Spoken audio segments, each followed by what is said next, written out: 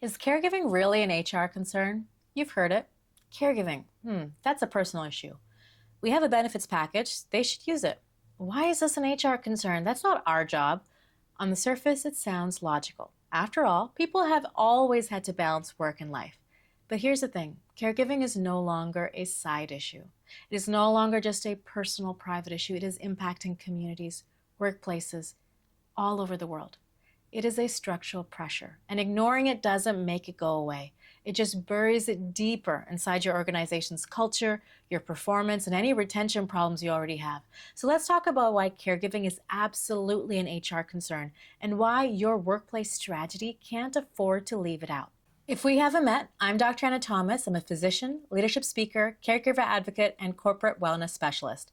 I help organizations strengthen their workforce and create workplaces where people and performance can thrive together. Even as we enter an era of AI, automation, and agentic teams, the future of work is still human, and that work is changing dramatically. But at the same time, employees are navigating complex personal and professional pressures that are only going to escalate in the coming years. For example, in the next 5, 10, 15 years, we will see an exponential increase in the number of older adults who will need caregiving support. Who will be providing that care? Working adults.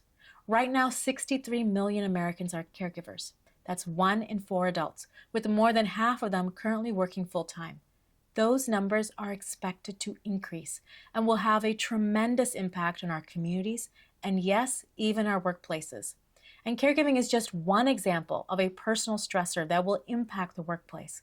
Mental health, chronic illness, stress, and burnout are all on the rise, and the organizations that will thrive are those that lead with care, culture, awareness, resources, and empowerment, care.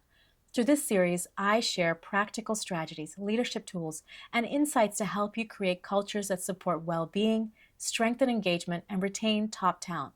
If you'd like a clear starting point, then check out my free training, The Future of Work is Care. The link is below. And while you're there, be sure to like, subscribe, and share this with another leader who is ready to build a workplace that cares. Let's get into today's topic. I've watched hundreds of professionals burn out, not because they lack skill or drive, but because no one at work supported them while they were caregiving at home. I've sat with caregivers who were nurses and techs and analysts and senior leaders who were managing chemotherapy for a parent or multiple therapies for a child, and they were afraid to ask for time off because it wasn't a good look. I've also worked with leaders who genuinely wanted to help, but had no framework, no policy, no permission. This disconnect isn't just frustrating, it's expensive. Because when caregiving support is treated as a side note, everything else suffers. Morale, retention, trust, compliance, and yes, productivity. So today we're answering a simple question. Is caregiving really an HR concern? Let's break it down.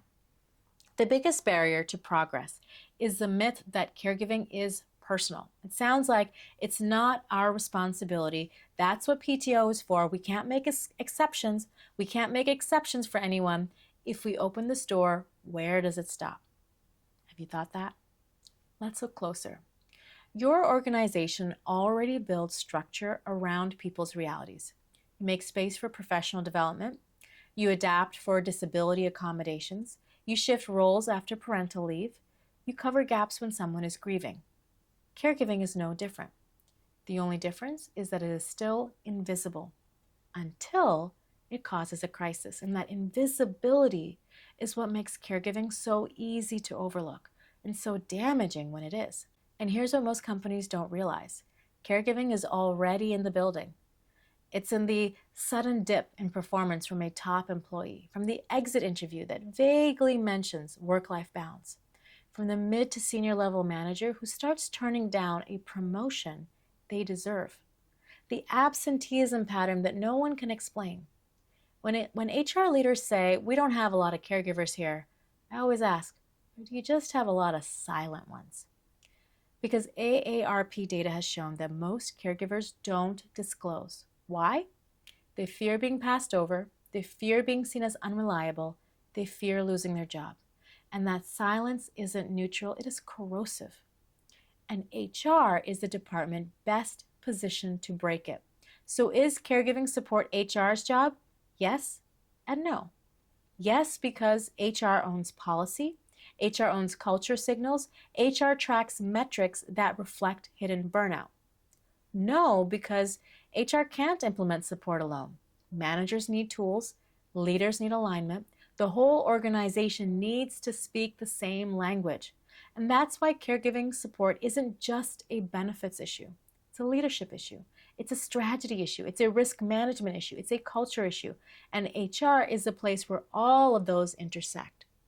So let's walk through exactly where caregiving support, or the lack of it, can impact your organization.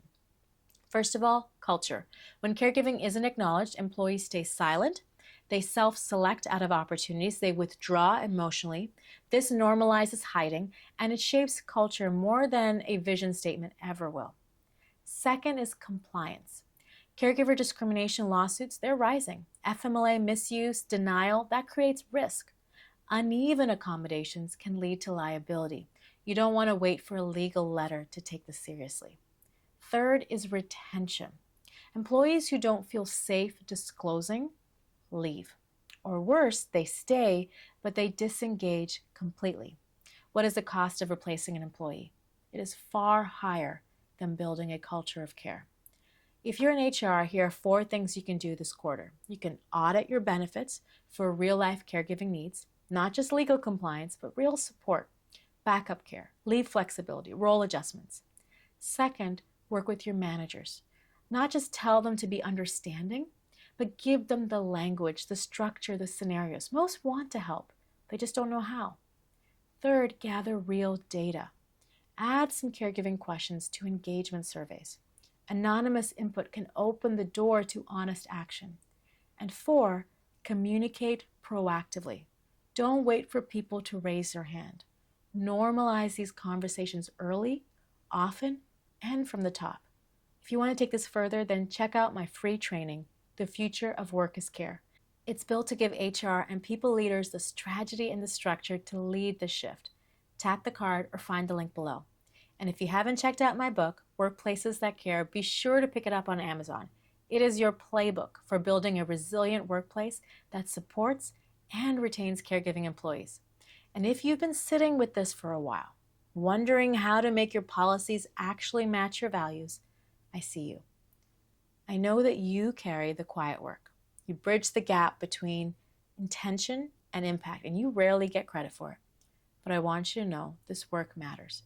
Every time you work on policy, train a manager, or create space for someone to speak up, you're not just protecting the organization, you're creating a workplace where people don't have to choose between caring for their loved ones and their career, and that is leadership. So thank you. In the next video, we're going to talk about how can we shift from a reactive to a proactive culture of care, because scrambling when someone hits a crisis isn't strategy. We're going to talk about how to build systems to support care before someone is forced to ask. So next, while you're waiting, watch How Do I Balance Productivity and Compassion when Team Members are Caregivers. If you're really wondering who really owns caregiving at work, this will give you some practical insights. Remember, in this age of AI, the future of work is still human. So let us create workplaces that care.